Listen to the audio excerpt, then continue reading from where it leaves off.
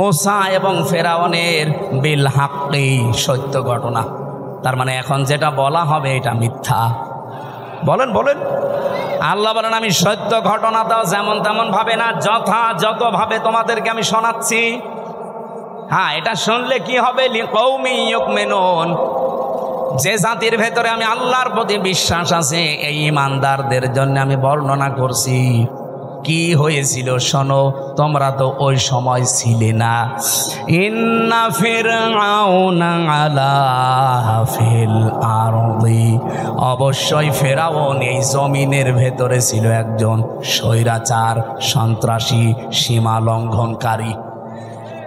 আমি একটা শব্দ যদি বানিয়ে বলি, যারা এখানে বসেন তাদের জিজ্ঞাসা করেন, আমি আয়াতটা বাংলাদেশের সাথে মিলিয়েছি। বলেন তো আল্লাহ ১৫০০ বছর আগে না হাজার হাজার বছর আগের ঘটনা এটা, এই নাজিলি হয়েছে এই ঘটনাটা ১৫০০ বছর আগে। তিনি বললেন এই পৃথিবীর জমিনে একজন ফেরাউন ছিল, সে ছিল সীমা লঙ্ঘনকারী। কি করেছিল সে? ওয়াজআলা আহলাহা শিয়া, এই জমিনে ওর দেশের মানুষের ভেতরে দলে বিদলে মানুষকে বিভক্ত করে রেখেছিল।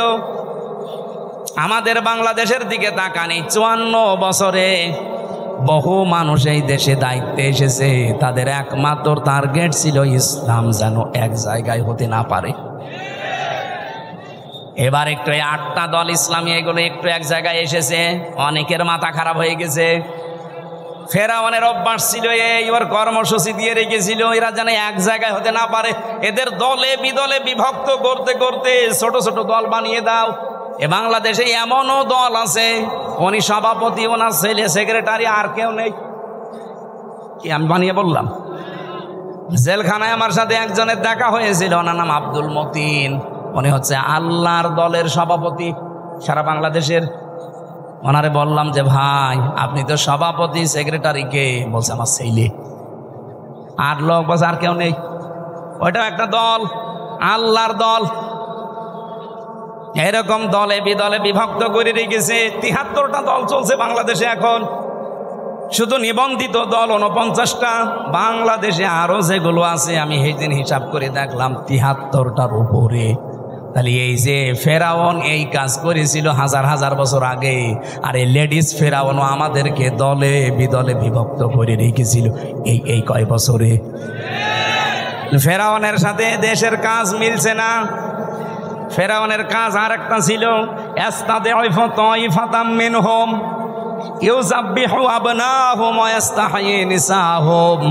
ওই ফেরাউন দুর্বল করে রেখেছিল এই দলে বিদলে বিভক্ত করে। ওই দেশে পুরুষদেরকে সে মেরে ফেলতো আর মেয়েদেরকে সে বাঁচিয়ে রাখতো। এর দুইটা অর্থ হতে পারে, হয়তো সন্তান হত্যা করেছিল লাখের উপরে, আপনারা জানেন। পুরুষদেরকে মেরে ফেলার অর্থ কি? এই ফেরাউন লেডিস যেটা বিদায় নিয়েছে এইটাও কিন্তু এই কাজ করেছিল। পুরুষদেরকে সরাসরি হয়তো জবাই করে মেরে ফেলেনি, কিন্তু একটা মানুষ যোগ্যতা সম্পন্ন হওয়ার পরে শুধু দলীয় পরিচয় দেখে তার চাকরি হয়নি, তার মানে তাকেও মেরে ফেলার সাথে। আমি কথা বোঝাতে পারিনি? মাওলানা এনামুল হক যেখানে ওঠার কথা সেই জায়গায় ওনার শুধু দলীয় পরিচয় থাকার কারণে ওই জায়গায় উঠতে দেয়নি, ওনারে বসিয়ে রেখেছে সেই যে নিচের চেয়ারে ওখান থেকে। অথচ এই 15 বছরে ওনার ওঠার কথা 5 সিঁড়ি পার হয়ে। এই যে উঠতে না দেওয়া এটাও মেরে ফেলার শামিল। এই কথা বলে না কেন?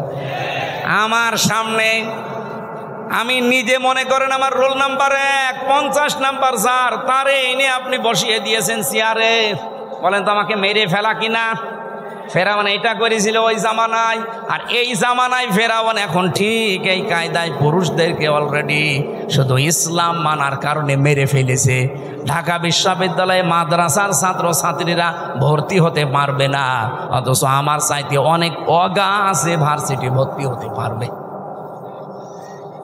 ইসলামকে তারা কোন জায়গায় নিয়েছে? ক্লাস 5 এবং 8-এ বৃত্তি পরীক্ষায় আগে 100 মার্ক ছিল, এই জালেমরা এসে ওইটা তুলে দিয়েছে। এর যে কিছুদিন আগে 2 নবীর নাম নিয়ে যিনি বসে আছেন, ডক্টর মোহাম্মদ ইউনুস। কয় নবী? 2 নবীর নাম। অথচ গানের মাস্টার নিয়োগ দিল, শরীর চর্চার মাস্টার নিয়োগ দিল, 1 থেকে 5 পর্যন্ত একটা আলেম মাওলানা নিয়োগ দিতে পারে নাই। এই কথা বললেন না কেন? এই দাবি নাটোরবাসী করে কিনা যে আমরা প্রত্যেকটি প্রতিষ্ঠানে 1 থেকে 5 পর্যন্ত একজন আলেম মাওলানা টিচার চাই? এই দাবি আছে কার? দেখে লিল্লাহি তাকবীর। হ্যাঁ দেখেন তো, হাত তোলেন কে? দেখেন, এটা রেকর্ড হচ্ছে, তোলেন। আপনি কোরআনের পক্ষে আছে এটা আজকে হাত তুলে দেখান। ডক্টর মোহাম্মদ ইউনূসের কাছে যদি নাও যায়, এটা আরো সে চলে গেছে ইনশাআল্লাহ। ইব্রাহিম নবীর পক্ষে একটা ব্যাঙ প্রসাব করেছিল, তাই আল্লাহ তারে কবুল করে নিয়েছে, তার প্রসাবও পাক। আর আপনি আজকে কোরআনের শিক্ষার পক্ষে হাত তুলে কিয়ামতের দিনে এই হাত আপনাকে জান্নাতে নেওয়ার জন্য চেষ্টা চালাবেন ইনশাআল্লাহ। আমার ভাইরা, তাহলে পুরুষদেরকে মেরে ফেলতো আর মেয়েদেরকে সে বাঁচিয়ে রাখতো ভোগ করার জন্যে, অথবা তাদেরকে দিয়ে জেনা ব্যভিচার করিয়ে করিয়ে সমাজটা নষ্ট করার জন্যে। ইন্নাহু কানা মিনাল মুফসিদিন, আল্লাহ পাক বলেন নিশ্চয় সে ছিল ফাসাদ সৃষ্টিকারী, সীমা লঙ্ঘনকারী, বিশৃঙ্খলাকারী। এ পর্যন্ত আল্লাহ যদি শেষ করে দিতেন, এই আয়াতগুলো আমি বলতাম না। এবার একটা আশার বাণী শুনিয়েছেন, ওয়ানুরিদু আন্নামুন্না, আল্লাহ পাক বলেন আমি একটা ইচ্ছা করলাম। এই এদিকে তাকা, ইচ্ছা করছে আমির হামজা কে? আরো জোরে বলেন। আল্লাহ বলেন আমি একটা ইচ্ছা করলাম। কি? আন্না মুন্না, আমি অনুগ্রহ করব, দয়া দেখাবো, আলাল্লাযীনা, তাদের উপরে, আলাল্লাযীনা ইসতাদঈফু ফিল আরদ, এই জমিনের ভেতরে ফেরাউন যাদেরকে দুর্বল করে রেখেছিল, জুলুম, অত্যাচার, নির্যাতনের স্টিম রোলার চালিয়ে যাদেরকেও দুর্বল করে রেখেছিল বনি ইসরাইল মুসা নবীর দলকে, আমি চাইলাম, আমি আল্লাহ ইচ্ছা করলাম তাদেরকে জমিনে একটু কিছু দয়া দেব। কি দয়া দেব? যে ওদের ধোঁকাবাজিতে, ওদের প্রতারণায়, ওদের কথা মতো বিরোধিতা করতাম। এখন দেখছি এই দেশে ইসলাম ইউনিয়ন থেকে সংসদ পর্যন্ত পূর্ণাঙ্গভাবে চালানোর সব জায়গায় লোক আছে জামাত ইসলামের। অন্য কাউকে দিলে তারা পারবে না, অন্য কোনো হুজুর পার্টিকে দিলে তো পারবেই না। এমনকি জেনারেলকে দিলে আপনি দেখবেন বাবা শাহজালাল সব হালাল হয়ে গেছে। আমরা কি ওই দৃশ্য আর দেখতে চাই না? চ্যাম্পিয়ন হয়েছে বর্বর কয়েকবার, এবার এই দেশ চ্যাম্পিয়ন হবে ইসলাম দিয়ে ইনশাআল্লাহ। এই জন্য আমি নাম নিলাম না, কারণ আলেমদের একটা মর্যাদা আছে। এরা যদি ফিরে আসতে চায় তাহলে এরা আল্লাহর দরবারে আলেম, আর যদি এই অবস্থায় থাকে এদের মরণ হবে বালাম বিন বাওরার মতো। আলেমদের মর্যাদা এত বেশি পড়েছি আমি হাদিসে। বিশ্বনবী জানিয়েছেন কিয়ামতের দিন, আমি এটা এই যে কয়েকদিন আগে আসলাম মদিনা থেকে, মদিনার ইমাম যিনি মসজিদে নববীর অনেক খুতবা দিচ্ছিলেন এলেমের উপরে, ওনার শেষ কথা ছিল এইটা। হাদিসটা উনি আরবিতে পড়ার পরে ব্যাখ্যা করছিলেন আবার আরবি দিয়ে।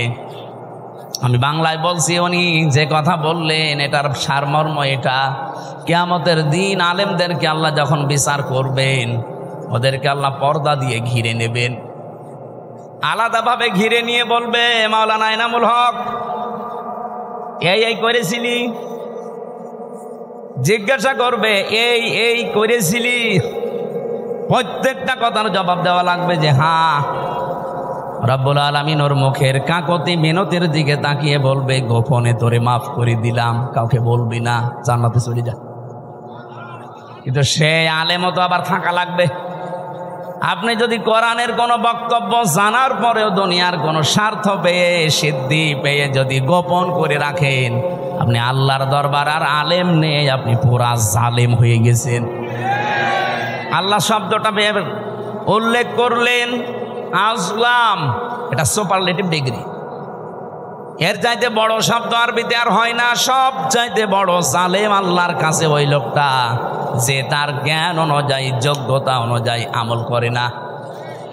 এই জন্য যারা এখানে বসে আছে আলেম নাম নিয়ে, তাদের মর্যাদা আর সম্মান এমনি কামনা করি নাই, রব্বুল আলামিন যেন কিয়ামতের দিন ওই হাদিসের আলোকে আমাদেরকেও তার ভেতরে শামিল করে মাফ করে দেন। সামনে বসা মুসলমান ভাইরা, পর্দার আড়ালে সম্মানিতা মা এবং বোনেরা, প্রাণপ্রিয় নাটোরবাসী, আমার বাড়ি তো খুব বেশি দূরে না, কুষ্টিয়া। আমি কুষ্টিয়া থেকে অন্তত 1-150 কিলোমিটারের ভেতরে যদি আসি, আমার মনে হয় যে আমি বাড়ি বসে আছি। এর চাইতে একটু দূরে গেলে মনে হয় যে পাশের গ্রামে গেলাম। যেহেতু পাশাপাশি আছে, এখনো 100 কিলো হয়নি, 80 কিলো আর 15 কিলো, 95 কিলো। তো সেই হিসাবে আমার মনে হচ্ছে যে আমি কেবল ম্যাডামের কাছে খাবার খেয়ে এই যে উঠলাম। সুতরাং আমরা ঘন্টাখানিক সময় চাচ্ছি, একটু গরম লাগছে বেশি। পেছনে এখানে ফ্যানটাই যে এই জায়গায় দেওয়া যায় না, মানুষের ডিস্টার্ব হয় এই জায়গায়, অথবা এই যে এটা এই জায়গায় দেয়। আরে ভাই, কি কাকে কি বলেন? যারা দায়িত্বে আছে এদের বলেন না কেন? আর এখানে হাঁ করে বসে আছেন কোন কারণে? এই শিবির কি করেন আপনি? ধরেন।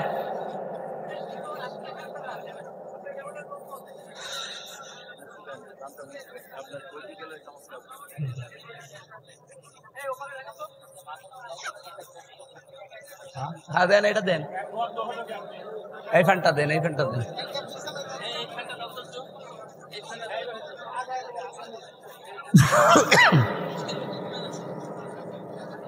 এটা একটু সরিয়ে দেন, ঠিক আছে।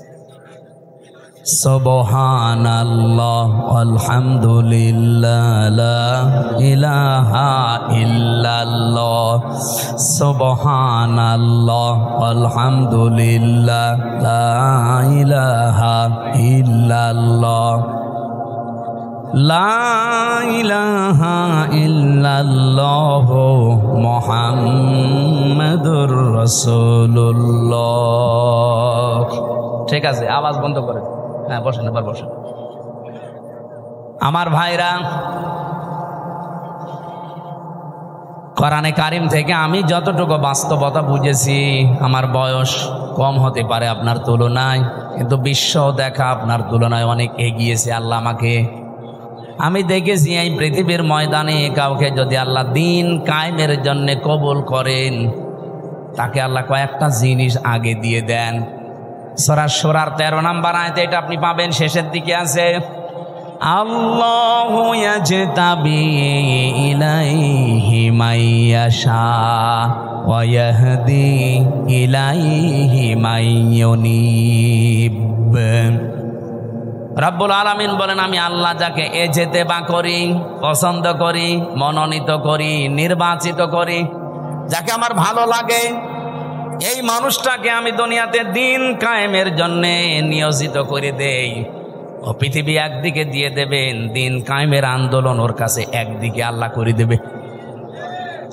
আল্লাহ বলেন, আমি কেন করি জানো? ওয়া ইয়াহদি ইলাইহি মাইয়ুনিব। যে লোকটা দুনিয়াতে মন থেকে আমি আল্লাহর দিনের দিকে সত্যিকার অর্থে ফিরে আসতে চাই, তাকে আল্লাহ এইভাবে নির্বাচিত করেন। আপনি আন্দাজে আসতে পারবেন না, আপনার মন আগে দিনের দিকে ফিরে আসা লাগবে ইখলাসের সাথে। সুতরাং এই দেশে যারা দিন কায়েমের জন্য চেষ্টা চালায়, আপনি বিশ্বাস করতে পারেন আল্লাহ আপনাকে সবার ভেতর থেকে বেছে নিয়েছেন, নির্বাচিত করেছেন, পছন্দ করেছেন, মনোনীত করে ফেলেছেন। এর আগের শব্দে আপনি তাকান, যারা মুখস্থ আছে আপনি দেখেন যে বাড়িতে সূরা শূরার 13 নম্বর আয়াতের শেষের আগে আছে, কাবুরন আলাল মুশরিকিনা মা তাদউহুম ইলাই। হে নবী, আপনি যেদিকে মানুষকে ডাকেন যে আসো আমরা সবাই আল্লাহর বিধান কায়েম করি, কারণ আপনাকে শুধু আমি না, পৃথিবীর যত নবী পাঠিয়েছি মাত্র 2 জন নবীকে বাদ দিয়ে প্রতিটা নবীর ওপরে আমার আদেশ ছিল, আন আকিমুদ্দিন ওয়ালা তাতাফাররাকু ফি, যে দিন কায়েম করো, আল্লাহর বিধান জমিনে কায়েম করো, এ বিষয়ে কোনো মত পার্থক্য করবা না। আজ যে আলেমরা এই দেশে টাকা খেয়ে দিন কায়েমের বিরুদ্ধে ফতোয়া দেন, আপনি মাজারের বিরুদ্ধে ফতোয়া দেন না, যেখানে প্রকাশ্য শিরিক হয়, বেদাত হয়। ইসলাম যারা কায়েম করতে চান তাদের বিরুদ্ধে আপনি লাগেন। হ্যাঁ, তাদের পদ্ধতি ভুল হতে পারে, কিন্তু তারা তো দিন কায়েমের বাইরে মানুষের তৈরি করা আইন কায়েম করতে চায় না। আপনি যদি সাহায্য করতে না পারেন মুখ বন্ধ করার দরকার ছিল আপনার। আর আপনি আরো মানুষের ভেতর বিভ্রান্ত ছড়ানোর জন্য আলেম নাম নিয়ে জালেমের মতো কাজ করছেন। রব্বুল আলামিন জানিয়েছেন, হে নবী, আপনাকে শুধু না, এর আগে বড় বড় নবীদের নাম আল্লাহ নিয়েছেন। হযরতে ঈসা, মূসা, নূহ, ইব্রাহিম, এত বড় বড় পাওয়ারফুল নবীর নাম নিয়ে বললেন আপনাকেও আদেশ দিলাম, তাদেরকেও দিয়েছিলাম যে দিন কায়েম করেন, আমার বিধান কায়েম করেন জমিনে আগে, আর এই বিষয়ে কোনো মত পার্থক্য, কোনো ফতোয়াবাজি করবেন না। হে নবী, আপনি যেদিকে মানুষকে ডাকতে চান, এই কথা শুনলে সব চাইতে মন খারাপ হবে, খারাপ লাগবে, রাগ করবে ওই মানুষগুলো যারা মুশরিক। বলে আমির হামজা মাটির নিচে ওয়াজ করেন, তো মাটির নিচে আপনি কেমন চলে গেছেন? আপনি তো উপরে আছেন, উপরে থাকতে হলে স্বস্তি, শান্তি, নিরাপত্তা নিয়ে কিভাবে থাকা লাগবে, তো ওইটা এখন তৈরি করা লাগবে না? ঘোষক তো ওইটাই বলছিল যে ওইটা বলেন কি করে আমরা শান্তি, স্বস্তি, নিরাপত্তা নিয়ে থাকতে পারি। আজকে কষ্টে আমার গণসংযোগ ছিল, কত সবার শেষ কথা বলেছি, এবার যদি ইসলাম দেশে আসে, আল্লাহর কসম এই কুষ্টিয়ার ময়দান থেকে আগে দূর করা হবে চাঁদাবাজি। এই কুষ্টিয়ার বুকে চাঁদাও থাকবে না, বাজিও থাকবে না। আপনিও এই দেশের নাগরিক, আমিও এই দেশের নাগরিক, আপনাকে চাঁদা দেওয়া লাগবে মানে? আমি কি চাঁদের দেশ থেকে এসেছি? এটা সম্ভব, শুধুমাত্র ইসলামকে আপনি এনে দেন, 5 বছর লাগবে না। বাংলাদেশ থেকে 5 দিনে চাঁদাবাজি ঝাঁটিয়ে বিদায় করা হবে বঙ্গোপসাগর। কোনদিন তার মুখে আপনি চাঁদা এ শব্দও শুনবেন না, কারণ ঔষধ কি দেওয়া লাগে ওটা আমার জানা আছে। এ পৃথিবীতে যত বড় অপরাধ আল্লাহ তত বড় শাস্তি দিয়েছেন। দেখবেন জেনা করে যদি বিবাহিতা যারা, তাদেরকে পাথর মেরে মেরে ফেলা লাগবে। আপনি একটা করে দেখেন, এই নাটোরের পুরুষ যারা, তাদের স্বপ্ন দোষ বন্ধ হয়ে যাবে। জেনা করা, আপনার জিনিসপত্র হয়তো উঠবে না, দৃশ্য মনে হবে ওরে বাবা, পাথর মেরে জাগায় মেরে ফেলছে। আপনি যেটা দিয়ে জেনা করবেন ওই জিনিস নষ্ট হয়ে যাবে। চুরি করলে হাত কেটে দাও, আপনি একটা করেন, দেখেন চুরি বন্ধ হয় কিনা। কারণ আল্লাহ পাক ভালো করে জানে যে ঔষধ দেওয়া লাগে কোন জায়গায়। যারা ডাকাতি করে, যারা সন্ত্রাসী করে, যারা চাঁদাবাজ, তাদেরকে বিপরীত দিক থেকে অঙ্গ প্রত্যঙ্গ কেটে দেওয়ার নিয়ম সূরা মায়েদায় আছে। একটা কেটে দেন, আপনাদের নাটোরের কেন্দ্রীয় মসজিদের সামনে অথবা জজকোর্টের সামনে নিয়ে, এই নাটোরে আর কিয়ামতের আগে চাঁদাবাজি হবে না। সম্ভব এবং আমরা পারবো ইনশাআল্লাহ, সামনে আসবে। সুতরাং এই আয়াত থেকে আমি যে থিওরিটা পেয়েছি, আল্লাহর বিধান কায়েমের কথা বললে যাদের মন খারাপ হয়, তারা যেন বিশ্বাস করে তারা মুশরিক। আপনি হয়তো বলতে পারেন কি আমি নামাজ পড়ে আসলাম, আরে ভাই আপনি টের পাচ্ছেন না যে কোনো কায়দায় আপনার দ্বারা শিরিক হচ্ছে, প্রকাশ্যে হোক গোপনে হোক। আর যারা শিরিক করে তারা কি বলেন বলেন, এর চাইতে আর স্পষ্ট কি বলা যায়? অবশ্যই আপনার দ্বারা কোনো না কোনো ভাবে শিরিক হচ্ছে, নয়তো আল্লাহ বলতো না যে কাবুরু আলাল মুশরিকিন, যে মুশরিকদের কাছে খারাপ লাগবে। মা তাদউহুম ইলাই, আপনি যেদিকে মানুষকে ডাকছেন, এই কথা শুনলে সব চাইতে বেশি খারাপ লাগবে, মন খারাপ হবে, রাগ করবে। এমনকি ওয়াইদা তুতলা আলাইহিম আয়াতুনা বাজ্জিনাতিন তা'রিফু ফি ওয়ুজুহিল্লাযিনা কাফারুল মুনকার। এটা সূরা হজের 58 কি সূরা হজের 70-72 নম্বর আয়াতের ভেতরে আছে। রব্বুল আলামিন বলেন, হে নবী, যখন কোরআনের ব্যাখ্যাগুলো আপনি বিশ্লেষণগুলো তেলাওয়াত করে করে শোনাবেন, তখন দেখবেন যে মানুষগুলো বুঝে ফেলেছে যে কি বলতে চায়। আপনার প্রতি দেখবেন ওরা মাত্র শরবত নিয়ে, মিষ্টি নিয়ে আসবে না, ওরা আপনাকে মনে হবে খেয়ে ফেলবে। আমার তো মনে হচ্ছে আয়াতটা বাংলাদেশে এখন মিলে যাচ্ছে। হুজুর কোরআনের কথা বলবেন, আমি কি এটা বাইরের কথা বললাম?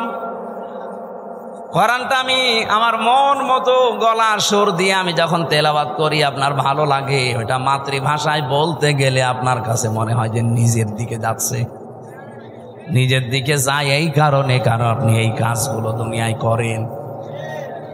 অনেক জেলায় যাওয়ার পরে আমার কানে কানে মুখ নিয়ে বলে, হুজুর আমার বিরুদ্ধে বলবেন না। আমি আপনার বিরুদ্ধে বলবো? আপনার আমি চিনি? কোথায় আমার বাড়ি? কুষ্টিয়ায়। কোথায় আপনার বাড়ি? সেই সিলেট, মৌলভীবাজার, সুনামগঞ্জ, সেই দোয়ারা বাজার, যেতেই লাগে 2 দিন। আমি আপনাকে জীবনে দেখিনি, চিনি না, আপনার বিরুদ্ধে বলবো কেন? যে না, আপনি যা বলেন আমি দেখি আমার বিরুদ্ধে যাই।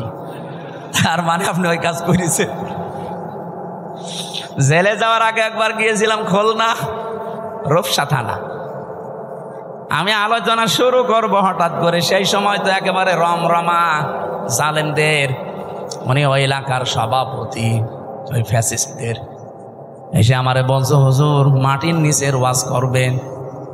আমি বললাম না। ওপরের ওয়াজ করবেন? না। হ্যাঁ। ওপরের ওয়াজ যদি করেন, ওপরে আপনাকে আমি একটা সাবজেক্ট বলে দেই, পারিবারিক জীবন নিয়ে কথা বলবেন। ঠিক আছে, আপনি আমার যেখানেই লাগাবেন আমি ঘুরে ফিরে দিন কায়েমের কথাই বলবো, কারণ এইটাই আসল কাজ। এইটা না হলে জীবনেও এই দেশে বসবাস করার উপযুক্ত পরিবেশ আপনি পাবেন না। বলেন তো, খালি 2 জন নবী বাদ দিয়ে পৃথিবীর কোন নবীর জীবনে আমি পড়ে পাইনি যে তাকে আল্লাহ আদেশ দেয়। প্রত্যেকটা নবীকে, খালি 2 জন নবীকে আল্লাহ বলেন না, একটা আদম আলাইহিস সালাম আর একটা সুলাইমান নবী।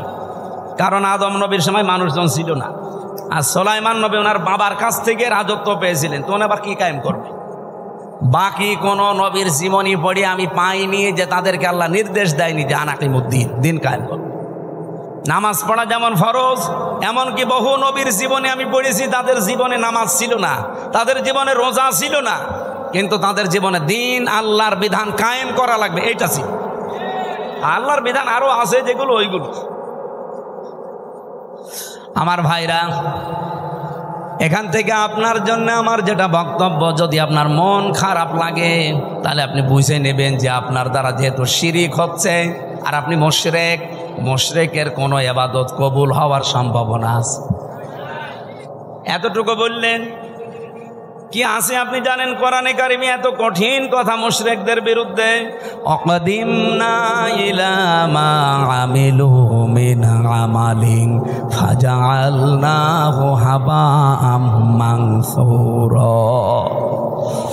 কিয়ামতের দিন মুশরিকদের আমল নামাটা আল্লাহ এভাবে দেখবে, যেই দেখবে শিরিকের ওটা ধুলি কণার মতো মুখের উপরে নিক্ষেপ করবে। আজ তো শুনতে খারাপ লাগছে, কিয়ামতে কোটি কোটি মানুষের সামনে যখন নিজের কাজ কারবার ধোলার মতো নিক্ষেপ হবে, তখন টের পাবেন। সব চাইতে বড় আশ্চর্য কথা কোরআনে মুশরিকদের বিরুদ্ধে, ইন্নাহু মাইয়ুশরিক বিল্লাহ ফাকাদ হারামাল্লাহু আলাইহিল জান্নাহ ওয়া মাআওয়াহুন নার। রব্বুল আলামিন বলেন, আমি আল্লাহ নিজে হারাম করে দিয়েছি জান্নাতটা মুশরিকদের জন্য। অথচ বাংলাদেশে বহু মানুষ যে শিরিক করে ও জানেও না। এই জন্যই তো তাফসীর মাহফিলের আয়োজন করেছে। আমরা জেনে হোক না জেনে হোক শিরিক করে যদি মুশরিকি হয়ে যায়, তা কিসের ঈদগায় মাহফিল দিয়েছেন, কিসের মসজিদ বানাচ্ছেন? আশা করছে আপনার আজকে বিবেক খুলবে। আরে ভাই, আপনি আমল না করেন, ইমানটা নিয়েও যদি যেতে পারেন, তাও তো জাহান্নামে যাওয়া লাগবে না। আর ইমানও আপনি এনেছেন, শিরিকও করছেন, আপনি জান্নাত আপনার জন্য হারাম। এতটুকু আল্লাহ যদি শেষ করে দিতেন, আমি আয়াত বলতাম না, ও মাওয়াহুন নার, আল্লাহ তার আশ্রয়স্থল বানাবে জাহান্নাম। আমার তো আয়াত পড়ার পরেই বাংলাদেশের দিকে তাকিয়ে ভয় হয়, এদেশের বহু মানুষ অলরেডি শিরিক করে জাহান্নামী হয়ে গেছে। নাটোরবাসী বড় ভালোবাসি আপনাদের পাশের জেলা, খুব ভালো করে খেয়াল করে দেখেন শিরিক জীবনে হচ্ছে কিনা। বলতে পারেন যে না, আমার জীবনে শিরিক নেই। কে বলেছে আপনাকে? শিরিকের এক কথায় জবাব হচ্ছে, আল্লাহ যেটা পারে ওইটা অন্য কেউ পারে, এই কথা বিশ্বাস করার নাম শিরিক। বলেন এবার আপনার জীবনে আছে কিনা? হ্যাঁ, এখানে খুব বেশি নড়াচড়া হচ্ছে না, বন্ধ করে দেন। আল্লাহ যেটা পারে পৃথিবীর অন্য কেউ এটা পারে, এই বিশ্বাস করার নাম বলেন বলেন। আপনি দেখেন তো আপনার ভেতরে আছে কিনা। সন্তান দিতে পারে কে? পৃথিবীর অন্য কারো ক্ষমতা আছে? সে মরা পীর হোক আর জীবিত পীর হোক। এমনকি কত মানুষ দেখি জেনে কি না জেনে করে আমি জানি না, আমার এসে বলো হুজুর আপেল পরিয়ে দিন। কেন? সেদিন বগুড়াতে পেয়েছিলাম এক লোক এসে আপেল নিয়েছে, হুজুর আপেল পরিয়ে দিন। কেন? আমার বারবার 4টা মেয়ে হয়েছে, আমি খুব আশা করি আছি এবার যেন ছেলে হয়। আপনি এমন আপেল পড়বেন যেন এবার ছেলে হয়। আপেল পড়িছিলাম, সূরা ফাতিহা দিয়ে ফু দিয়ে ফেলে দিলাম। আপেল কই? ফেলে দিস। ফেলে দিলেন মানে? আরে ভাই, আপেল পড়ে যদি ছেলে হয় তা আমার 3টা মেয়ে হইতো না? আমার তো আগে ছেলে হইতো। ম্যাডামরা শুধু আপেল খাওয়াতাম। কি বিশ্বাস মানুষ! আমির হামজা না, আমির হামজার বাবাও আপেল পড়লে ছেলে হবে? বলে এটা দেওয়ার দায়িত্ব কার? এর একচ্ছত্র মালিকানা অন্য কাউকে আল্লাহ দেয়নি। একটা একটা করে আমি কয়েকটা বলবো শুধু শিক্ষার জন্যে। 2 নম্বরে, আল্লাহ যেটা পারে ওটা অন্য কেউ যেহেতু পারে না। আর কেউ যদি মনে করে যে অন্য কেউ পারে, তাহলে সে শিরিক করলো। আর শিরিক করলে সে কি? বলেন বলেন। মুশরিকের জন্য জান্নাত হারাম, জাহান্নাম ওয়াজিব। মুশরিকের কাছে খারাপ লাগবে আল্লাহর বিধানের কথা কায়েম এ কথা বললেই। এ কথাগুলো কার? একটাও কি আমি বানিয়েছি?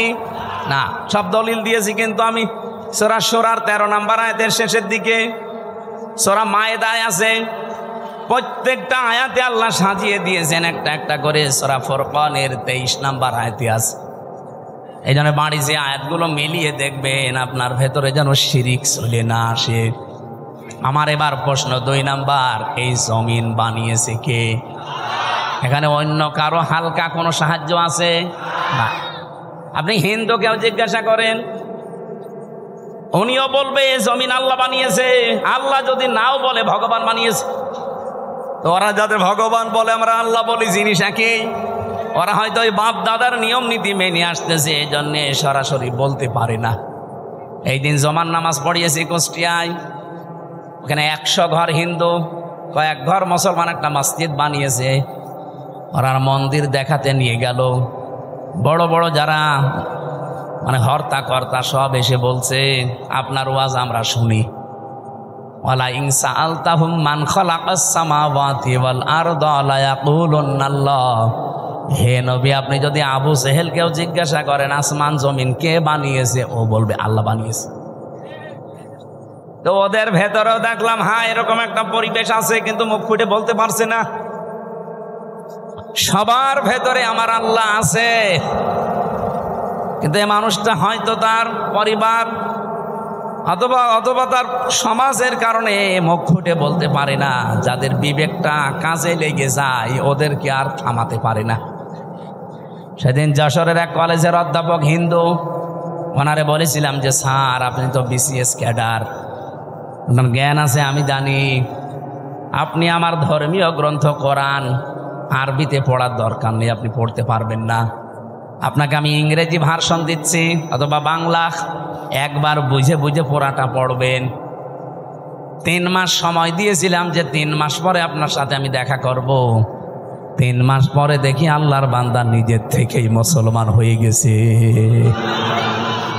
এজন্য বিবেক যদি হালকা কাজে লাগে, ওরে আর আপনি ধরে রাখতে পারবেন না। কারণ পৃথিবীর মানুষ সবাই জানে যে পৃথিবীর সব ধর্মগুলো ভুয়া ধর্ম, বানানো ধর্ম, শুধু ইসলাম আল্লাহ পাঠিয়েছেন। এই জন্য অন্যান্য ধর্মে যারা আছে, বাইরের দেশগুলোতে গেলে আমি দেখেছি খ্রিস্টানদের সাথে আমি কথা বলেছি, ইহুদিদের সাথে বসে কথা বলেছি, ওদের চেহারা দেখলে আপনি জীবনও টের পাবেন না যে ইহুদি। আমার তো আর জুব্বা কত বড়, আমার চাইতে বড় জুব্বা গায়ে দেয়। আমার তো আর দাড়ি কয়টা, আবার দাঁড়িয়ে পর্যন্ত, মাথায় পাগড়ি বাঁধা, ওর স্ত্রীর সাথে আছে 5-6টা ছেলে মেয়ে, হাত মোছা পা মোছা পরা, দেখলে মনে হবে যে জিবরাইলের ছোট ভাই। নাম জিজ্ঞাসা করি যখন, তখন টের পাই যে ইহুদি। যেই বলি যে আপনার নবীর নাম কি, বলে জোসেফ। জোসেফ মানে মুসা। ইহুদি মুসা আলাইহিস সালামের অনুসারী দাবি করে। এই তখন বুঝি আরে তো মুসলমান নাম। জোসেফ বলছে মানে মুসা নবীকে মেনে চলে ওরা, যদিও মুসা কেউ মানে না। খ্রিস্টানদের সাথে দেখা হয়েছিল আমেরিকায়। জিজ্ঞাসা করলাম ভাই ইংরেজিতে হ্যালো ব্রাদার, ওনারে আমি যত ভালো প্রশ্ন করলাম একটা একটা করে। প্রথম প্রশ্ন ছিল যে আপনার হোয়াট ইজ ইউর নেম।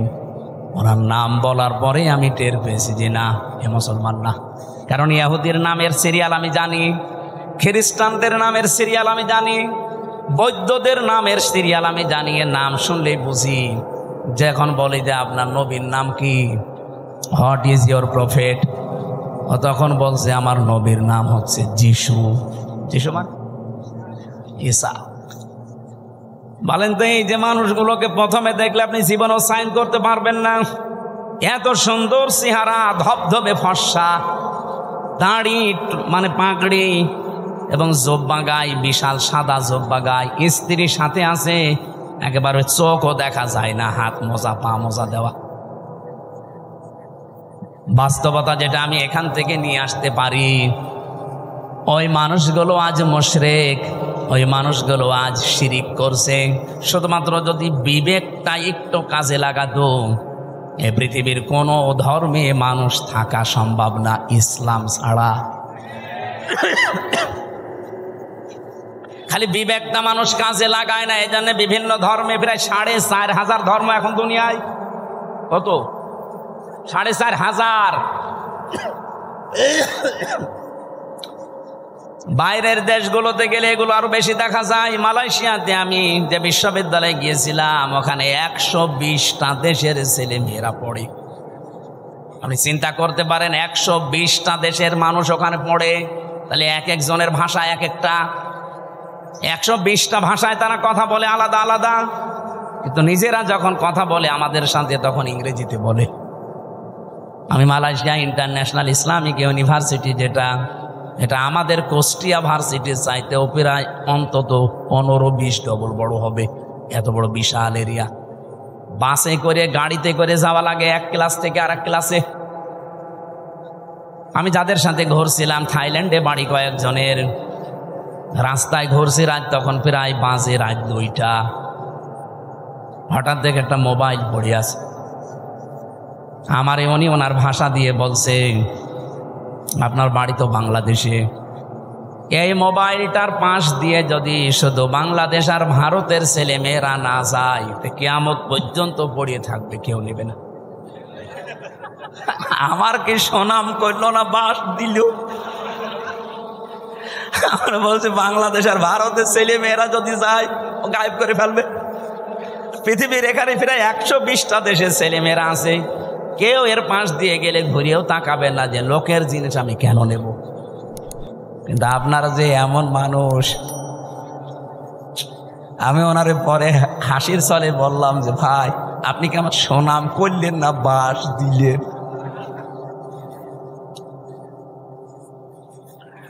আমি যে কথা তুলেছিলাম, আজ বিবেকটা কাজে লাগিয়ে একটা বিসিএস ক্যাডার মাত্র 3 মাসের ভেতরে, উনি আরবিও পড়ে নাই, শুধু বাংলা আর ইংরেজি ভার্সন পড়ে অলরেডি মুসলমান হয়ে গেছে। আর আপনার কি হয়েছে? এবার আসেন, যারা বিশ্বাস করে যে জমিন আসমান আল্লাহ বানিয়েছে, আবু জেহেল যদি বিশ্বাস করে থাকে না, কিছু লাগবে, একটু ভালো করে শোনেন তো। আপনি কোন দিকে তাকান? ওয়াজ দিয়েছেন, আপনি যদি না শোনেন না, আরো অ্যাক্টিভ হওয়া লাগবে। এভাবে ক্লাস করে মানুষ? আপনি কি পাস না? আপনি তো মানে ক্লাস করতে হলে অ্যাক্টিভ হওয়া লাগে। এইভাবে ক্লাস করা যায়? এই যে স্যার বসে আছে, জিজ্ঞেস করেন তো, এভাবে ক্লাস নয় মানুষ। আরো অ্যাক্টিভ হন ভাই। আমি যে কথা বলি ওখান থেকে দেখবেন একটা শিক্ষা বের হবে। আমি আন্দাজে কোনো কথা পাঁচাল পারি না, অবশ্যই এখানে একটা শিক্ষা আছে, নাই তো বলতাম না। কি আছে সেইটা বের করার জন্য এই যে আন্টি শান্টি করছি। রব্বুল আলামিন বলেন যেহেতু আসমান আর জমিন আমি বানিয়েছি, আলা লাহুল খালাক ওয়াল আমরু তাবারাকাল্লাহু রাব্বুল আলামিন। বানিয়েছেন যিনি, হুকুম চলবে তার, এ বিধান কার? তাহলে আপনার বিবেকের কি বলে যে জমিন আসমান আল্লাহ বানিয়েছে আর এখানে চলবে মানুষের তৈরি করা আইন? একটা কথা হইল। তাহলে আল্লাহ যেটা পারে ওইটা অন্য কেউ, তাহলে জমিন আল্লাহর বিধান চলবে, আল্লাহর এখানে অন্য কারো বিধান চলতে পারে না। যদি অন্য কারো আইন, অন্য কারো বিধান আপনি চালাতে চান, আপনি অবশ্যই শিরিক করছেন। আর শিরিক করলে লোকটা কি? এইরকম মুশরিকের কাছে আল্লাহর বিধানের কথা বললে মন পাওয়া যাবে? তার কি হবে? রাগ হবে, গা জ্বলবে, মারতে আসবে। তাহলে বাংলাদেশে এবার বলেন তো 92% মুসলমান আমরা না 92% মুশরিক? আমাদের রাগ হয় কেন? দোষ তো আপনার না, আপনি শিরিক করে ফেলছেন। জমিন আল্লাহর, আপনি নিজে বলছেন এখানে আইন চলবে আল্লাহর, অথচ আপনি এমন এক দল করেন যে দল আল্লাহর আইন বিশ্বাস করেন। তাহলে আপনার শিরিক হচ্ছে না? আর এই কথাটা আমি একটু বাংলা, ইংরেজি, আরবি মিলে বলতে গেলে আপনার রাগ হয় না? এরপরও আমি জানি কিছু মানুষের মন ফিরবে না, কারণ ওদের আবু জেহেলের মতো খতম করে দেওয়া। খাতামাল্লাহু আলা কুলুবিহিম ওয়া আলা সামিইহিম ওয়া আলা আবসারিহিম গিশাওয়া ওয়া লাহুম আযাবুন আযীম। হে নবী, আমি ওদের অন্তরের উপরে মোহর লাগিয়ে দিয়েছি। আপনি যতই সুন্দর করে বলেন, নবীজি আবু জেহেলের কাছে 350 বারের উপরে দাওয়াত নিয়ে গেছে, এরপরও লোকটার মন তৈরি হয়। আমার মনে হয় 350 বার না, আমি তো আপনার কাছে এই 11.5 বছর তো আমি ময়দানে, 3 বছর না জেলে ছিলাম, বাকি সময় তো বহুবার আপনি আমার আলোচনা, আলেমদের আলোচনা শুনেছেন, এরপরও আপনার পরিবর্তন হয় না। আলেমরা কি কোনোদিন বলেছে এই জমিনে আমরা আমার বাবার আইন তৈরি করতে চাই? সবারই এক কথা সামারাইজ করে দেখবেন, সবাই বলতে চাই এই জমিনে আমরা আল্লাহর আইন চাই। এইটা শুনলে যদি কারো রাগ হয়, সে যেন বিশ্বাস করে তার দ্বারা কোনো না কোনো ভাবে শিরিক হচ্ছে, আর শিরিক হলে সে লোকটা মুশরিক, এই জন্য তার গা জ্বলে। এবার কার খারাপ লাগবে এবার আপনি নিজে মিলিয়ে নেন, আপনি কি আসলে মুসলমান না মুশরিক? দরুদ আর সালাম পাঠ করার মাধ্যমে আমরা তেলাওয়াতকৃত আয়াত, যেটা আমি ছোট্ট ছোট্ট 2টা আয়াত পড়েছি, 6666টি আয়াত, এটা প্রসিদ্ধ, আর বিশুদ্ধ হচ্ছে 6236টা আয়াত। এর ভেতরে মাত্র 2টা আয়াত পড়েছি, আমি আগে পরও পড়তে পারতাম। এই 2টা আয়াত থেকে কিছু কথা তাফসির আকারে শোনাতে চান। আপনারা তাফসির মাহফিল লিখেছেন, অথচ এখন চলছে নবীজির জন্মের মাস, সিরাত লিখে দিলে আমরা ওইভাবে সাজাতাম। যেহেতু তাফসির লিখেছেন, আমরা তাফসির আকারে কথা বলবো, শুনবেন তো নাকি? রাখবেন। আমি আগে একটু তেলাওয়াত করে তাফসিরের যে মূল নীতি আছে 15টা একটা একটা করে বলবো, এরপরে আমরা ভেতরে যাব। আউযু বিল্লাহি মিনাশ শাইতানির রাজিম। তিলকা আয়াতুল কিতাবিল মুবিন। এখান থেকে এবার একটা শিক্ষা বের হবে। রব্বুল আলামিন বলেন তিলকান, এই আয়াতুন, এটা বহু বচন। এই আয়াতগুলো যেগুলো এখন আপনাদের সামনে আমি বলবো, এই আয়াতগুলো হচ্ছে আল কিতাব। কিতাবের আগে আলিফ লাম আছে, এরপরে আছে মুবিন। আল্লাহ পাক বলেন এটা স্পষ্ট কিতাবের আয়াত। আমার প্রশ্ন হচ্ছে, কোরআন কি স্পষ্ট না অস্পষ্ট? না না, আপনার বলা ঠিক হয়। আপনি তো স্পষ্ট না কোরআন আপনার কাছে, এনামুল ভাই বললে বলতাম। আপনার এখন যদি আমি পেটে বোম মারি, তিলকা মানে কি বলতে পারবেন? তা আপনার কাছে স্পষ্ট হয় কি করে? তার মানে আমি ওই মানের লোক চাচ্ছিলাম। এখান থেকে ডানে বামে আলেমগুলো যদি বলতো স্পষ্ট, আমি কম প্রশ্ন করতাম না। যারা সবাই একবারে বললেন আমার কাছেও কোরআন স্পষ্ট না, আপনি মিথ্যা বলেছেন। কিতাব যদি আপনি স্পষ্ট করতে চান, কিতাবের কাছে আসা লাগবে। কথা বলেন না কেন? আপনি এই যে বয়সে আছেন, এই বয়সে এখন মাদ্রাসায় ভর্তি হয়ে সময় দিতে পারবেন? এই কথা বললেন না? আপনার বয়স এখন 55 বছর, আপনি এখন মাদ্রাসায় ভর্তি হয়ে সময় দিতে পারবেন? ওই 8 বছর 9 বছরে ভর্তি হয়ে যেভাবে পড়ছে পারবেন না। কিন্তু আল্লাহর একটা বিশেষ অনুগ্রহ এই বাংলাদেশের উপরে, এই দেশে এখন এমন একটা মাদ্রাসা, এমন একটা বিশ্ববিদ্যালয় আছে যেখানে ভর্তি হয়ে গেলে আপনাকে কোরআন শিখাবেই। সেটা বাংলাদেশে জামাত ইসলামী। আপনি হয়ে দেখেন, 15টা পয়েন্ট পূরণ করা লাগে প্রতিদিন। এই লোকটা খুব শিক্ষিত না, আমি ওনাকে চিনি, ম্যাট্রিক পাসও করে নাই, কিন্তু এই জায়গায় আসার কারণে ওনাকে বিশ্ববিদ্যালয়ে ভর্তি হওয়ার সিস্টেম করে দেওয়া হয়েছে। প্রতিদিন কোরআন শরীফ শুদ্ধ করে পড়া লাগবে, আবার কয় আয়াত পড়বেন বুঝে পড়েন না, আন্দাজে পড়েন, আবার লেখা লাগবে।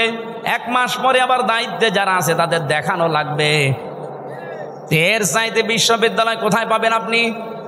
আর আপনার যে বুড়ো বয়সে কোন ভার্সিটি আপনাকে নেবে? যেন আসেন এই বিশ্ববিদ্যালয়ে আপনাকে আলেম বানানো হবে। খুব বেশি দিন লাগবে না, মাত্র 6 মাস আপনি সময় দেন, আমি গ্যারান্টি দিচ্ছি আপনি এই দেশের বহু আলেমের চাইতে জ্ঞানী হয়ে যাবেন। আমার কথার অর্থ আপনি বুঝেছেন? আপনি স্পষ্ট হন কোরআনের কাছে এসে। বহু আলেম কোরআনের এই শব্দগুলো জানে না, কেন আলিফ লাম দেওয়া হয়েছে এটাও বলতে পারে না। আমার মনে হয় এখানে যদি 100 জন আলেম থাকে, 50 জন বলতে পারবে না যে আলিফ লামের নাম কি। আলিফ লাম 4 প্রকার।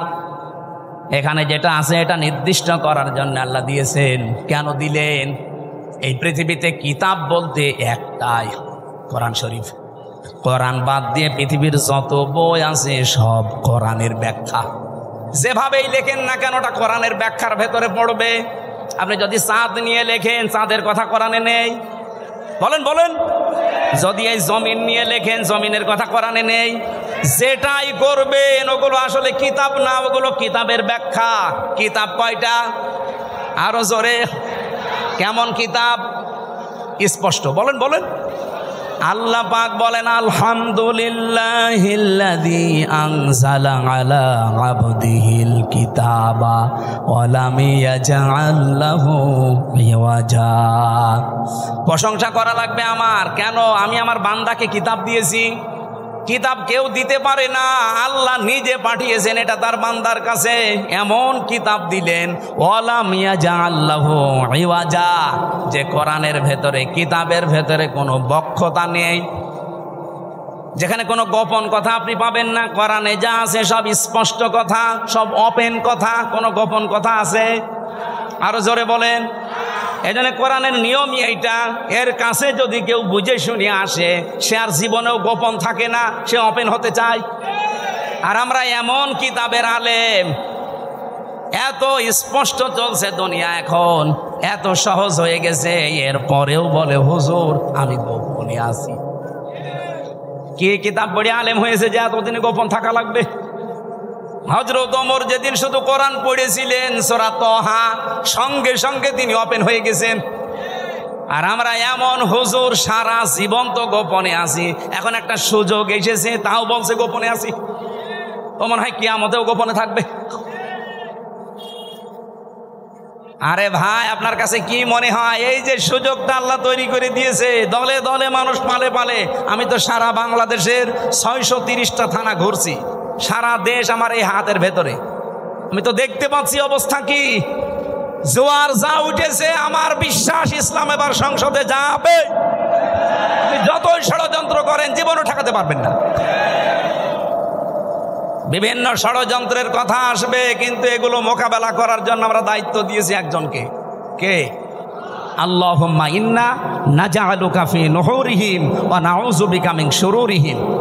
আমার জেলখানার 3 বছরের তাহাজ্জুদের নামাজের দোয়া ছিল এটা। আল্লাহ, ইসলামের বিরুদ্ধে, আমার বিরুদ্ধে এই দেশে যারা ষড়যন্ত্রে মেতে আছে, আমি তো পারলাম না, তোমাকে দায়িত্ব দিলাম এদের ষড়যন্ত্রের বিরুদ্ধে, তুমিই যথেষ্ট। আল্লাহ পারবে না ইনশাল্লাহ? উনি যে পারবে তার প্রমাণ জাহাঙ্গীরনগর, যেখানে টয়লেটের ভেতরে নামাজ পড়া লাগতো ইশারায়, সেখানে আজ আল্লাহু আকবার ধ্বনি উঠতেছে। সুবহানাল্লাহ বলতে পারেন না? সংসদেও ইনশাল্লাহ আল্লাহু আকবারের ধ্বনি এবার যাবে। এখনো যারা আলেম, যারা ইমাম, যারা খতিব, এরা যদি বলে যদি আমি ইসলামের পক্ষে কাজ করি আর ইসলাম যদি এবার না যায় তাহলে আমার ইমামতি থাকবে তো? আরে ভাই, আপনি ইমামতি নিয়ে আসেন, ইমামতি থাকবে না মানে? শুধু ইমামতি থাকবে না, ওই কমিটির উপরে আর নির্ভরও করা লাগবে না। ইসলাম গেলে আপনার বেতন দেওয়া হবে রাষ্ট্র থেকে। পশ্চিমবঙ্গে আমি বেশি থাকতাম আগে, কারণ এই সমস্ত জায়গায় তো আল্লাহর ওলিরা আসতে দিত না। তখন ওই জায়গায় থাকতাম পশ্চিমবঙ্গে। পুরা এলাকা আমি এই বাংলাদেশের মতো চষেছি, ওই পশ্চিমবঙ্গ পুরাটা মমতা ব্যানার্জি। ওই দেশের ইমামদের সাথে খতিবদের সাথে মিলে দেখলাম আর একটা হিন্দু দেশ, অথচ ওখানে ইমাম, মুয়াজ্জিন, খাদেম আর খতিব 4 জনের বেতন দেওয়া হয় রাষ্ট্র থেকে। মমতা ব্যানার্জি একটা হিন্দু মহিলা, সে যদি বেতন দিতে পারে ইমামদের, খতিবদের, মুয়াজ্জিনদের, আর আমরা ইসলাম নিয়ে গেলে ইমাম, মুয়াজ্জিন, খাদেম, মাদ্রাসা, মসজিদ, আলেম ওলামার বেতন রাষ্ট্র থেকে দিতে পারবো না?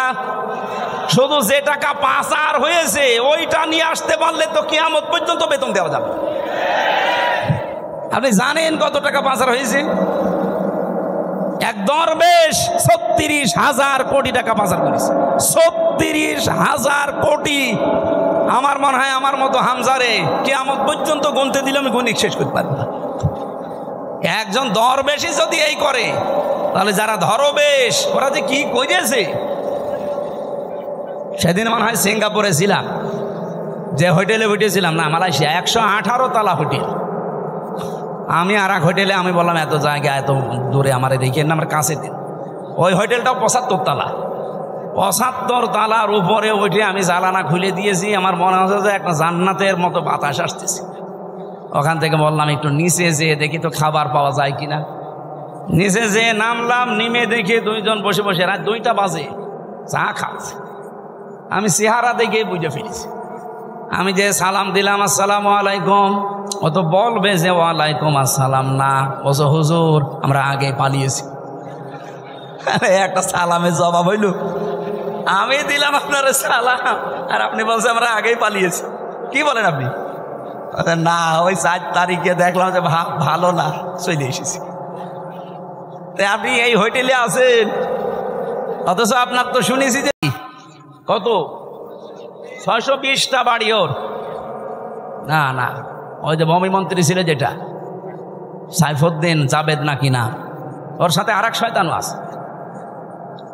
বলছে হুজুর আমার সাহেব পাড়া আছে মালয়েশিয়ায়, আমার কানাডাতে বাড়ি আছে বেগমপাড়া, লন্ডনে আছে, এই যে এখানেও আছে পাশের রাষ্ট্র সিঙ্গাপুরে, কিন্তু আমি যেতে পারি না। এই দেশে 20 লাখ বাঙালি থাকে, আমি যদি বাইরে যাই আমার ভত্তা পানি থাকে।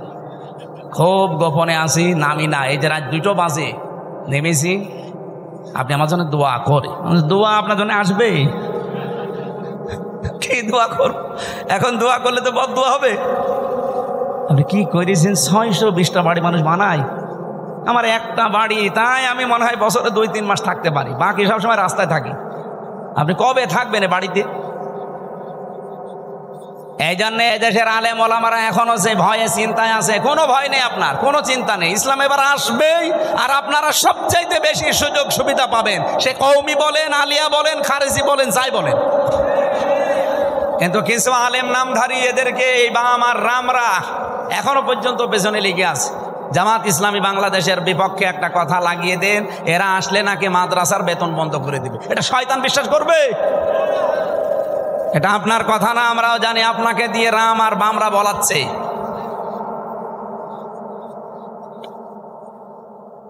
আমার ভাইরা, এখানে কিতাব যেহেতু স্পষ্ট, আমরা স্পষ্ট কথা এবার বলবো। এটা যদি কেউ রাজনীতির গন্ধ খুঁজে মনে করেন এটাও আমাদের মতো ধান্দাবাজি, এক চোর আর একজনকেও চোর মনে করে, এই কথা বলেন না কেন? আমি তো কোরআনের আয়াত দিয়ে স্পষ্ট কথাই বলবো এবার। কিন্তু আপনার ভেতরে দোষ আছে, আপনি মনে করবেন আমিও মনে হয় আপনার মতো ধান্দাবাজ। না, আপনার মতো ধান্দাবাজ বাংলাদেশ জামাত ইসলামীতে নেই। কারণ এই দেশে জামাত ইসলামী একমাত্র দল যারা গ্যারান্টি দিয়েছে যদি এই দেশে রাষ্ট্র ক্ষমতায় তারা যেতে পারে, 1 টাকার মালিক তারা হবে না। আমিরে জামাত ঘোষণা দেয়নি যে এই দেশ থেকে যদি কেউ এমপি হয়, মন্ত্রী হয় জামাত ইসলামী থেকে, 5 বছরে তাদের 1 টাকা বাড়বে না। অন্য কোনো দলের লোক এই ঘোষণা দিক, ওই দল থেকে এমপি দাঁড়াবে না। কি কথা বলেন না কেন? আমার নিজের আসনে একজন আছে, উনি ঘোষণা দিয়েছে এই সিট রক্ষা করার জন্য আমি দরকার হয় 50 কোটি টাকা খরচ করব। আপনার কি লাভ? আমার 1 টাকা খরচও নেই, তোলার ধান্দাও নেই। আর আপনি 50 কোটি টাকা যদি খরচ করেন, আল্লাহর কসম আপনি 100 কোটি টাকা মারবেন। এরকম মারিং কাটিং যারা, তাদের মতো আমরা হব এবার? বলেন বলেন। ওরা তো আমাদেরকে এইটাই মনে করে, এই জন্য ট্যাগ দেয় যেটা আমরা নাকি ইসলাম নিয়ে আমরা ব্যবসা করি। কে বলিস আপনাকে? আমরা ইসলাম নিয়ে ব্যবসা করি না, আমরা জান্নাতের টিকিট বিক্রি করি না। জান্নাতে যাওয়া যায় কি করে? আমরা রাস্তা দেখাই। আপনি এভাবে দেখান, আপনারটাও মানুষ যাবে। আপনি দেখাতে পারেন না, আপনি শুধু আছেন মারিং কাটিং এর ধান্দায়। বাবা শাহজালাল কুত্তা বিড়াল সব হালাল, সব হালাল করে নিয়েছে। কুত্তা বিড়াল কি সব হালাল? তো মানুষের কাছে তো মনে হচ্ছে সব হালাল হয়ে গিয়েছে। আল্লাহ এত শত শত ঘটনা দিয়েছেন কোরআনে, তার ভেতরে একটা ঘটনা আমাদেরকে শোনাচ্ছেন আশার সঞ্চার করার জন্যে। দেখেন তো আপনারা আশা জাগে কিনা। নাতলু আলাইকা মিন নাবাই মূসা ওয়া ফিরআউনা বিল হক। নাতলু মানে আমি তেলাওয়াত করছি। কে বলেন বলেন? আল্লাহ বলেন আমি তেলাওয়াত করছি আলাইকা, আপনার কাছে বা আপনার উপরে আমি তেলাওয়াত করছি আপনার নিকটে। মিন নাবাই, ঘটনা থেকে। কার ঘটনা? মূসা ওয়া ফিরআউনা, মূসা এবং ফেরাউনের বিল হাক্কি, সত্য ঘটনা। তার মানে এখন যেটা বলা হবে এটা মিথ্যা। বলেন বলেন। আল্লাহ বলেন আমি সত্য ঘটনা দাও যেমন তেমন ভাবে না, যথাযথভাবে তোমাদেরকে আমি শোনাচ্ছি। হ্যাঁ, এটা শুনলে কি হবে? লিকৌমি ইউমিনুন, যে জাতির ভেতরে আমি আল্লাহর প্রতি বিশ্বাস আছে এই ইমানদারদের জন্য আমি বর্ণনা করছি। কি হয়েছিল শোনো, তোমরা তো ওই সময় ছিলে না। ইন্না ফিরআউনা আলা ফিল আরদি, অবশ্যই ফেরাউন এই জমিনের ভেতরে ছিল একজন স্বৈরাচার, সন্ত্রাসী, সীমা লঙ্ঘনকারী। আমি একটা শব্দ যদি বানিয়ে বলি, যারা এখানে বসেন তাদের জিজ্ঞাসা করেন, আমি আয়াতটা বাংলাদেশের সাথে মিলিয়েছি। বলেন তো আল্লাহ ১৫০০ বছর আগে না হাজার হাজার বছর আগের ঘটনা এটা? এই নাজিলি হয়েছে এই ঘটনাটা ১৫০০ বছর আগে। তিনি বললেন এই পৃথিবীর জমিনে একজন ফেরাউন ছিল, সে ছিল সীমা লঙ্ঘনকারী। কি করেছিল সে? ওয়াজআলা আহলাহা শিয়া, এই জমিনে ওর দেশের মানুষের ভেতরে দলে বিদলে মানুষকে বিভক্ত করে রেখেছিল। আমাদের বাংলাদেশের দিকে তাকানি, ৫৪ বছরে বহু মানুষ এই দেশে দায়িত্বে এসেছে, তাদের একমাত্র টার্গেট ছিল ইসলাম যেন এক জায়গায় হতে না পারে। এবার একটু ৮টা দল ইসলামী এগুলো একটু এক জায়গায় এসেছে, অনেকের মাথা খারাপ হয়ে গেছে। ফেরাউনের অভ্যাস ছিল এই, ওর কর্মসূচি দিয়ে রেখেছিল এরা যেন এক জায়গায় হতে না পারে। এদের দলে বিদলে বিভক্ত করতে করতে ছোট ছোট দল বানিয়ে দাও। এ বাংলাদেশে এমনও দল আছে, উনি সভাপতি, ওনার ছেলে সেক্রেটারি, আর কেউ নেই। কি আমি বানিয়ে বললাম? জেলখানায় আমার সাথে একজনের দেখা হয়েছিল, ওনার নাম আব্দুল মতিন। উনি হচ্ছে আল্লাহর দলের সভাপতি সারা বাংলাদেশের। ওনারে বললাম যে ভাই আপনি তো সভাপতি, সেক্রেটারি কে? বলছে আমার ছেলে। আর লোক বলছে আর কেউ নেই। ওইটাও একটা দল, আল্লাহর দল। এরকম দলে বিদলে বিভক্ত করে রেখেছে। ৭৩টা দল চলছে বাংলাদেশে এখন, শুধু নিবন্ধিত দল ৪৯টা। বাংলাদেশে আরো যেগুলো আছে আমি সেই দিন হিসাব করে দেখলাম ৭৩টার উপরে। তাহলে এই যে ফেরাউন এই কাজ করেছিল হাজার হাজার বছর আগে, আর এই লেডিস ফেরাউনও আমাদেরকে দলে বিদলে বিভক্ত করে রেখেছিল এই কয় বছরে। ফেরাউনের সাথে দেশের কাজ মিলছে না। ফেরাউনের কাজ আর একটা ছিল,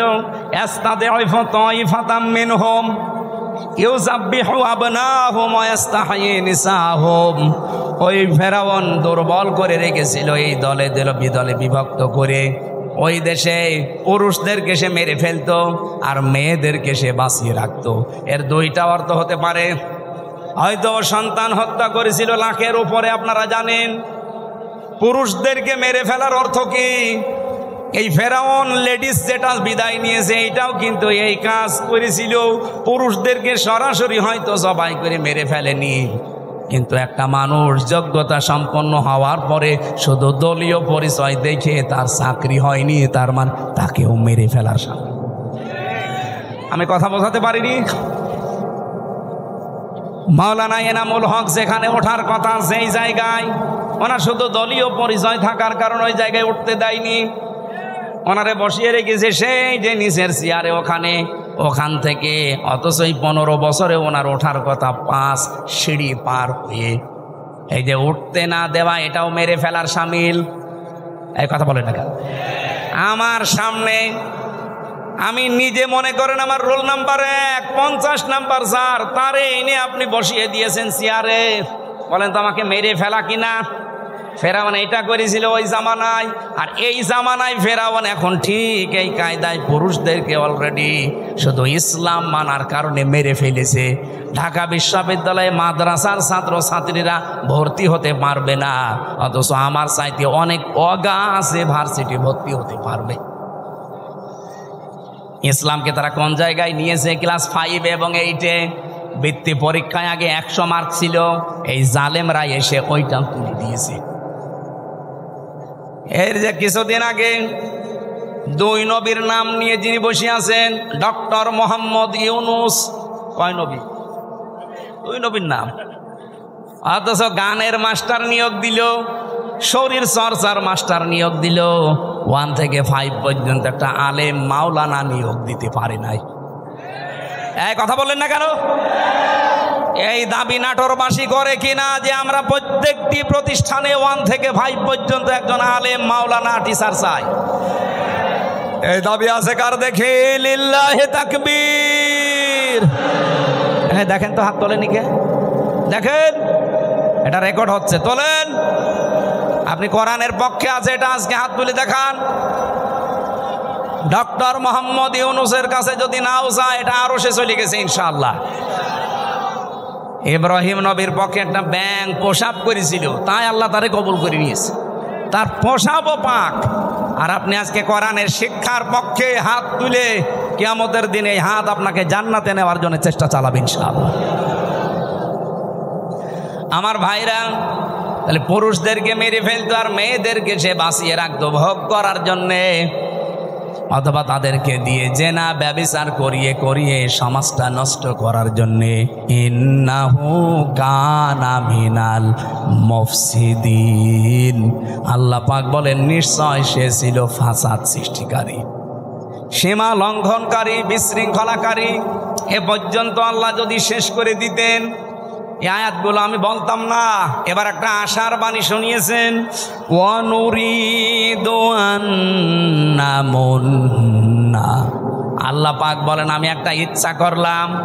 এই এদিকে তাকা, ইচ্ছা করছে আমির হামজা কে? আরো জোরে বলেন। আল্লাহ বলেন আমি একটা ইচ্ছা করলাম। কি? আন্না মুন্না, আমি অনুগ্রহ করব, দয়া দেখাবো, আলাল্লাযিনা, তাদের উপরে,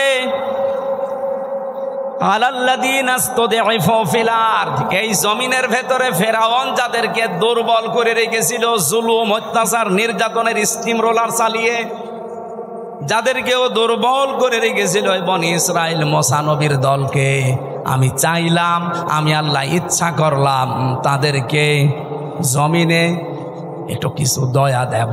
কি দয়া দেব? নাজআলাহুম আইম্মাতান, আমি চাইলাম যে তাদেরকে জমিনের নেতা বানাবো। আল্লাহ কিন্তু নেতা বানানো আরম্ভ করে দিয়েছে। এক কথা বলেন না কেন? এতটুকু না, নাজআলাহুমুল ওয়ারিসিন, আমি চাইলাম এই জমিনের উত্তরাধিকারী তাদেরকে বানিয়ে দেব। আমার তো মনে হচ্ছে খাপের খাপ মুমতাজের বাপ মিলে যাচ্ছে। এখন যদি মনে করেন না ওদের সাথে মেলছে, আমাদের সাথে মেলে না, আপনার সাথে মেলবে কি করে? আপনার আদর্শ আছে, আপনার চরিত্র আছে। রাত 9টার পরে তো আপনার পা ঠিক মতো মাটিতে পড়ে না। আপনার চরিত্র কিসের? আপনি লাল পানি খান, আপনি ডাইল খান, আপনি বাবা খান, আল্লাহ কাদের উপরে দয়া করেছে এটা দেখা লাগবে। যাদের উপরে ফেরাউন জুলুম অত্যাচার নির্যাতনের স্টিম রালি চালিয়েছিল, আমার তো মনে হচ্ছে 54 বছরে যাদের উপরে মিথ্যা তহমত দিয়ে উল্টাপাল্টা কথা দিয়ে জাতির কাছ থেকে আলাদা করে রেখেছিল, বিশেষ করে 15.5 বছরে সবচাইতে বেশি জুলুম অত্যাচার নির্যাতন যে দলের উপরে করা হয়েছে, ওই দলকে আল্লাহ একটা অনুগ্রহ দিয়ে তাদেরকে জমিনের নেতা বানাবে এবং শাসন ক্ষমতা তুলে দেবে। আপনি বলেন মিলছে কিনা? যদি না মেলে আমি আয়াত পড়বো না। আমার তো কোরআন হাদিস পড়ে দেখতে পাচ্ছি, হ্যাঁ একেবারে 100% মিলে যায়। অনুমাক্কিনা লাহুম ফিল আরদ, আল্লাহ বলেন আমি চাইলাম জমিনে আমি তাদেরকে ক্ষমতায় বসাবো। অনুরিয়া ফিরআউনা ও হামানা ও জুনুদাহুমা, আর আমি দেখাবো ফেরাউনকে হামানকে, হামান মানে মন্ত্রী, ফেরাউনকে আল্লাহ দেখাবে। এখন লেডিস ফেরাউন এখনো বেঁচে আছে, ওকে আল্লাহ দেখাবে। এমনকি ওর মন্ত্রী পরিষদ যারা পালিয়ে আছে তাদেরকেও দেখাবে। ও জুনুদাহুমা, এমনকি তার সৈন্যবাহিনী, তার দলের লোক যারা, তাদেরকেও আল্লাহ নিজে দেখাবে। এখানে ফাইল কর্তা আল্লাহ নিজে। কি করবেন? মিনহুম মা কানু ইয়াহযারুন, যাদেরকে নিয়ে ওরা সবসময় ভয়ে থাকতো, যাদের বিরুদ্ধে মিথ্যা তহমত দিয়ে জাতির কাছ থেকে আলাদা করে রাখতো, আল্লাহ তাদেরকে বসিয়ে ওদেরকে দেখাবে। এই সিদ্ধান্ত কার?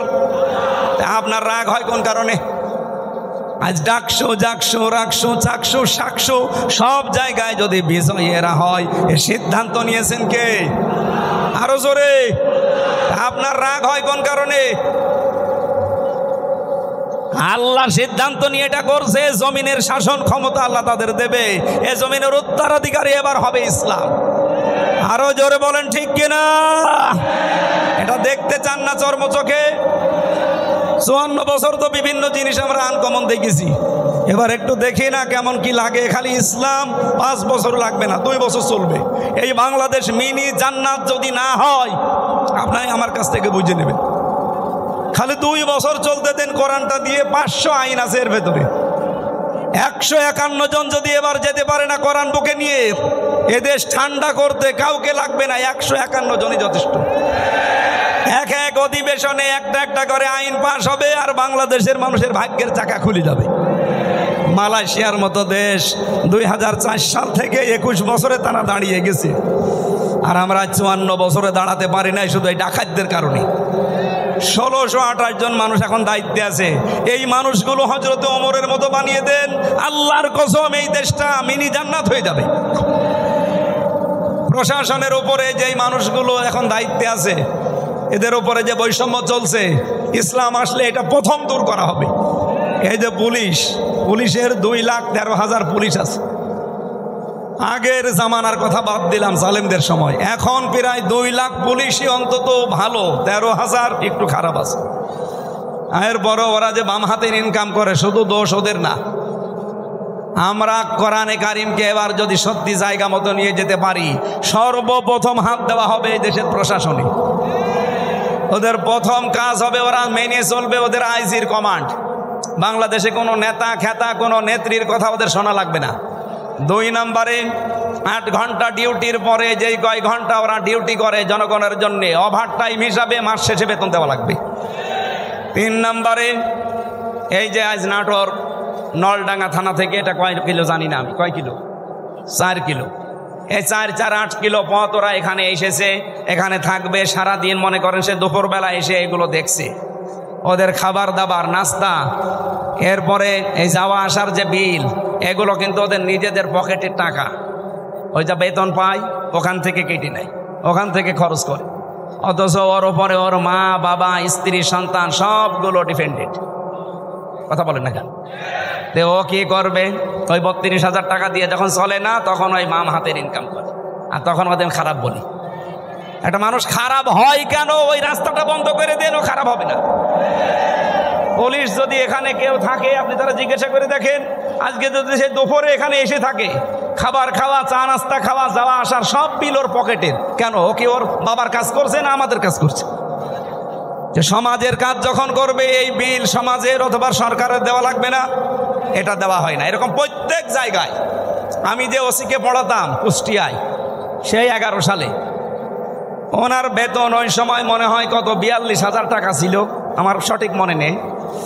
42,000 টাকা বেতন, অথচ ওনার বউ আর মেয়ে আর ছেলে তিনজন ঢাকাতে যে ফ্ল্যাট নিয়ে থাকে 52,000 টাকা বেতন। তো কি ফেরেশতা জিবরাইল দিয়ে যাবে? এই কারণে শেষে একটু এদিক এদিক করে বলতে, হুজুর দোয়া করেন আল্লাহ যেন মাফ করে দেয়। আমরা এবার আর দোয়া না, এবার একেবারে এই যে 151 জন যদি যেতে পারে একটা একটা করে আইন পাশ হবে, আপনারাও শান্তিতে থাকবেন। ও প্রশাসনে হোক, বিচার ব্যবস্থায় হোক, ইসলামী অর্থনীতিতে হোক, সবাই আমরা এই দেশটাকে সাজিয়ে নিতে চাই। সুতরাং এই দেশে আর চাঁদাবাজি হবে না, এদেশে মানুষ মার্ডার হবে না, ধর্ষণ বললাম না, সব নদশ বন্ধ হয়ে যাবে। আল্লাহ রাব্বুল আলামিন এরকম একটা পরিবেশ আমরা চাই না। মেয়েরা যারা এসেছে তাদের সম্মান দেবেন, কারণ এই পৃথিবীতে আল্লাহ যখন কারো উপরে রাজি হয়, খুশি হয়, তখন তার বাড়িতে একটা মেয়ে পাঠায়। সুতরাং আমার প্রতি আল্লাহ খুশি হয়েছে আমার বিশ্বাস, কারণ তিনটা মেয়ে আল্লাহ আমাকে দিয়েছেন। এই 3টা মেয়ের উপরে যদি আমরা দায়িত্ব পালন করি, 1 নম্বরে তাকে পেয়ে খুশি হওয়া, 2 নম্বরে তার ভালোবাসা আদর করা, তার পেছনে খাওয়া দাওয়া করানো যে খরচ আছে, 3 নম্বরে তাকে দিনের শিক্ষা দেওয়া, 4 নম্বরে সৎ পাত্রে পাত্রস্থ করা। বাকি 3টা আমি আদায় করে অলরেডি ফেলেছি, 4 নম্বরটা বাকি আছে। যদি আমি করতে পারি, নবীর হাদিস যে এই মেয়েটাই আমাকে জান্নাতে পৌঁছিয়ে দেবে ইনশাআল্লাহ। যাদের মেয়ে আছে তারা খুশি না বেজার? খরচ করছেন তো, দিন শিক্ষা দিচ্ছেন, সৎ পাত্র থেকে পাত্রস্থ করবেন, যার বাম হাতের ইনকাম আছে নাকি। আল্লাহ আমাদের তৌফিক দিন। রাত গভীর হয়ে গেছে, মেয়েদের আরো বিস্তারিত বলতে পারতাম, আমার গলা ব্যথা করছে। মেয়েদের এই বইটা লিখেছি আমি। দাম্পত্য জীবনে যে মারামারি, গন্ডগোল, কলহ, খালি ঝগড়া, এটা মেটাতে হয় কি করে, এখানে 120 পৃষ্ঠা আছে। দাম্পত্য জীবনে কলহ এবং তার সমাধান, এটা একটা মেয়েদের জন্য, একটা ছেলেদের জন্য, আর এইটা শুধুমাত্র মেয়েদের জন্য। এই যে আদর্শ নারী এই স্টেজের পেছনে আছে বা গাড়িতে আছে, যাওয়ার সময় নিয়ে ওনাদেরকে পড়াবেন। আশা করছি পরিবারে শান্তি ফিরে আসবে। আল্লাহুম্মা আমিন।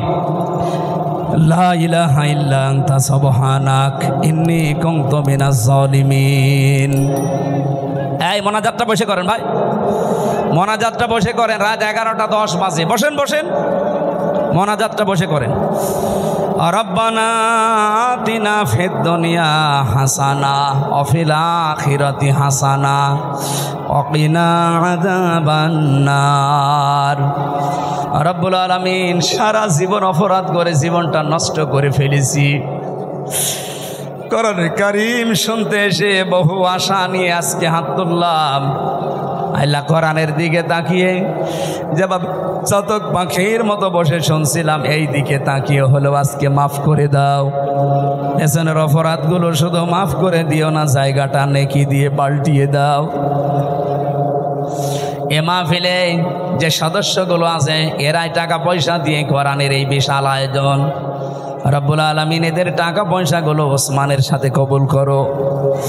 রব্বুল আলামিন এই সন্তানদেরকে যে মা পেটে নিয়েছে, মায়ের পেট তুমি খাদিজাতুল কুবরার মতো বানিয়ে দাও।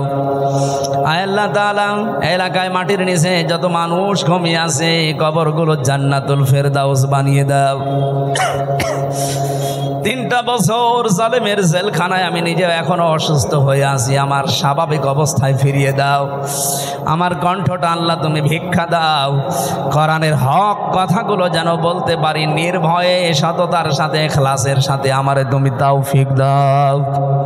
সম্মানিত মা বোন যারা এসেছেন, এদেরকে আয়েশার মতো, ফাতিমাতুজ জাহরার মতো বানিয়ে দাও। অনেকে আমরা অসুস্থ আছি, মেহেরবানি করে শেফায়ে কামেলা আজেলা নসিব করো। এলাকায় যারা বসবাস করে, দল মত নির্বিশেষে সব এক হবার তৌফিক দাও, যে এবার তোমার বিধান কায়েম করব।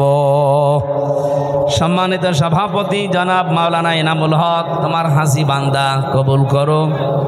সহসভাপতি যারা, অনেক আলেমের নাম দেখলাম, প্রধান অতিথি, বিশেষ অতিথি, আল্লাহ যত আলেম এখানে কথা বলেছে, মাওলানা আব্দুল মজিদ ভাই সহ প্রত্যেকটি আলেমকে মঞ্জুর করো। আজকে মাওলানা জহরুল ইসলাম, তহা বিন জহরুল ইসলাম এসেছে, আল্লাহ মঞ্জুর করো। রব্বুল আলামিন, আমার মেয়েটা অসুস্থ, ছোটটা, মেহেরবানি করে শেফায়ে কামেলা আজেলা নসিব করো। আমার মা অসুস্থ হয়ে পড়ে আছে।